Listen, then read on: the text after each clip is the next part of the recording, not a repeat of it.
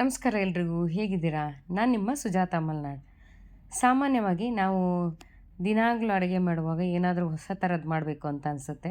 ಹಾಗೆಯೇ ನೆಂಚ್ಕೊಳ್ಳೋಕ್ಕೆ ಏನೂ ಇಲ್ಲದಿದ್ದಾಗ ಸುಲಭವಾಗಿ ಹಾಗೆಯೇ ಬೇಗವಾಗಿ ಮಾಡ್ಕೊಳ್ಳೋವಂಥ ರುಚಿಯಾದ ಒಂದು ಮಸಾಲ ಫ್ರೈನ ಹೇಳ್ಕೊಡ್ತೀನಿ. ಇವತ್ತು ನಾನು ಮಾಡೋಕ್ಕೆ ಹೊರಟಿರುವಂಥದ್ದು ಬದನೆಕಾಯಿ ಮಸಾಲ ಫ್ರೈ, ಅದರಲ್ಲೂ ರವೆ ಫ್ರೈ ಮಾಡ್ತಾಯಿದ್ದೀನಿ. ಇದು ತುಂಬಾ ರುಚಿಯಾಗಿರುತ್ತೆ ಮತ್ತು ಬೇಗವಾಗಿ ಕೂಡ ಮಾಡ್ಕೋಬೋದು. ಹಾಗಾದರೆ ಹೇಗೆ ಮಾಡೋದು ಅಂತ ನೋಡ್ಕೊಂಬರೋಣ ಬನ್ನಿ. ನಾನೀಗ ಮಾಮೂಲಿಯಾಗಿ ನಾವು ಸಾರಿಗೆಲ್ಲ ಉಪಯೋಗಿಸ್ತೀವಲ್ಲ, ಅದೇ ಬದನೆಕಾಯಿನ ನಾನಿಲ್ಲಿ ಉಪಯೋಗಿಸ್ತಾ ಇದ್ದೀನಿ. ಆನಂತರ ಈ ಬದನೆಕಾಯನ್ನು ರೌಂಡಾಗಿ ತುಂಡು ಮಾಡ್ಕೋಬೇಕಾಗುತ್ತೆ.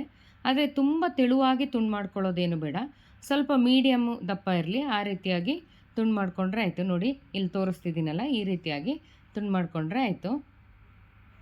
ನಂತರ ನಾನಿಲ್ಲಿ ಬದನೆಕಾಯಿನ ಹೋಳು ಮಾಡ್ಕೊಂಡಿಟ್ಟಿದ್ದೀವಲ್ಲ, ಇದನ್ನು ಕೂಡಲೇ ನೀರಿಗೆ ಹಾಕ್ತೀನಿ. ಯಾಕಂದರೆ ಬದನೆಕಾಯಿ ಮತ್ತು ಬಾಳೆಕಾಯಿ ಇದೆಯಲ್ಲ, ಬೇಗ ಕಪ್ಪಾಗಿಬಿಡುತ್ತೆ. ಆವಾಗಲೇ ನೀರಿಗೆ ಹಾಕ್ಕೊಂಡು ಬಿಡಬೇಕು. ನಂತರ ಅದ್ರ ಜೊತೆ ಸ್ವಲ್ಪ ಉಪ್ಪು ಹಾಕಿ ಹೀಗೆ ನೆನೆಯೋಕ್ಕೆ ಒಂದು 5 ನಿಮಿಷ ಹಾಗೆ ಬಿಟ್ಬಿಡ್ತೀನಿ.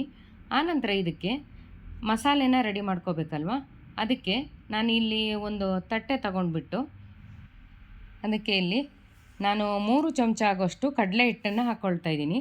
ಜಾಸ್ತಿ ಅವಶ್ಯಕತೆ ಇದ್ದರೆ ಹಾಕ್ಕೋಬೋದು. ನಾನಿಲ್ಲಿ ಒಂದು 4-5 ಜನಕ್ಕಾಗುವಷ್ಟು ಮಾಡ್ತಾಯಿದ್ದೀನಿ.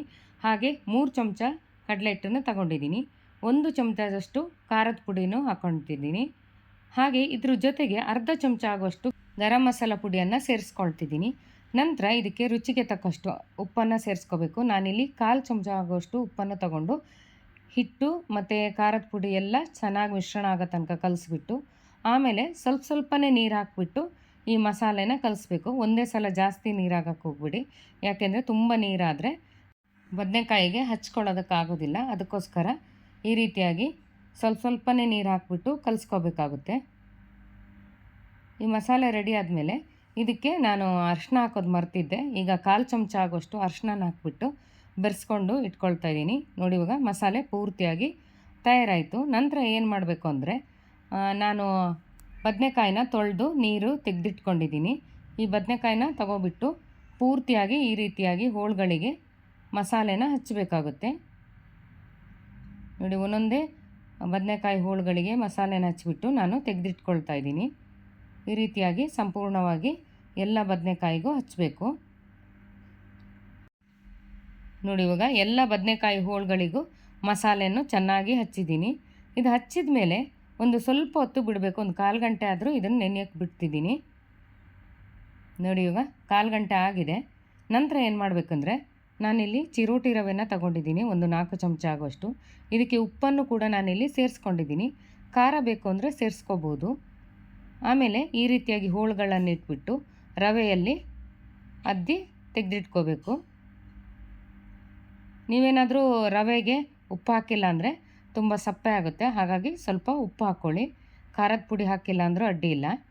ಈ ರೀತಿಯಾಗಿ ಎಲ್ಲದಕ್ಕೂ ರವೆಯನ್ನು ಹಚ್ಚಿಬಿಟ್ಟು ತಯಾರು ಮಾಡಿ ಇಟ್ಕೋಬೇಕಾಗುತ್ತೆ. ನೋಡಿ, ಈಗ ರವೆ ಹಚ್ಚಿದಂತಹ ಬದನೆಕಾಯಿಗಳು ಹೋಳು ತಯಾರಾಗಿದೆ.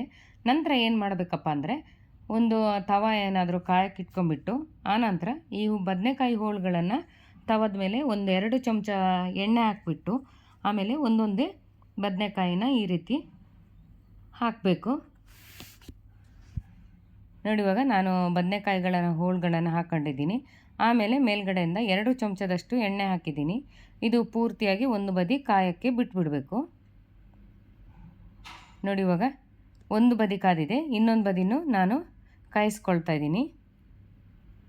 ಇದು ನಿಧಾನ ಉರಿಯಲ್ಲಿ ಕಾಯಬೇಕು, ತುಂಬ ಜೋರಾಗಿ ಉರಿ ಇಟ್ಕೊಳ್ಳೋದೇನು ಬೇಡ. ಇದು ತುಂಬಾ ಬೇಗ ಕಾಯುತ್ತೆ, ಒಂದು 5 ನಿಮಿಷದೊಳಗೆ ಆಗೋಗುತ್ತೆ. ನೋಡಿ, ಈಗ ಕಾದಿದೆ, ನಾನು ತೆಕ್ಕೊಳ್ತಾ ಇದ್ದೀನಿ. ಹೆಚ್ಚು ಸಮಯ ಏನೂ ಬೇಕಾಗಿಲ್ಲ ಇದು ಮಾಡೋದಕ್ಕೆ, ಒಂದು 10 ನಿಮಿಷ ಇದ್ದರೆ ಬೇಕಾದಷ್ಟು ಆಯಿತು. ನೋಡಿದ್ರಲ್ಲ ಎಷ್ಟು ಚೆನ್ನಾಗಿ ಗರಿಯಾಗಿ ಬಂದಿದೆ ಅಂತ. ತಿಳಿ ಸಾರೆಲ್ಲ ಮಾಡಿದಾಗ ಈ ರೀತಿಯಾಗಿ ನೆಂಚ್ಕೊಳ್ಳೋಕ್ಕೆ ತುಂಬಾ ಚೆನ್ನಾಗಿರುತ್ತೆ. ಹಾಗೆಯೇ ತಿನ್ಕೋಬೋದು, ಅಷ್ಟು ರುಚಿಯಾಗಿರುತ್ತೆ.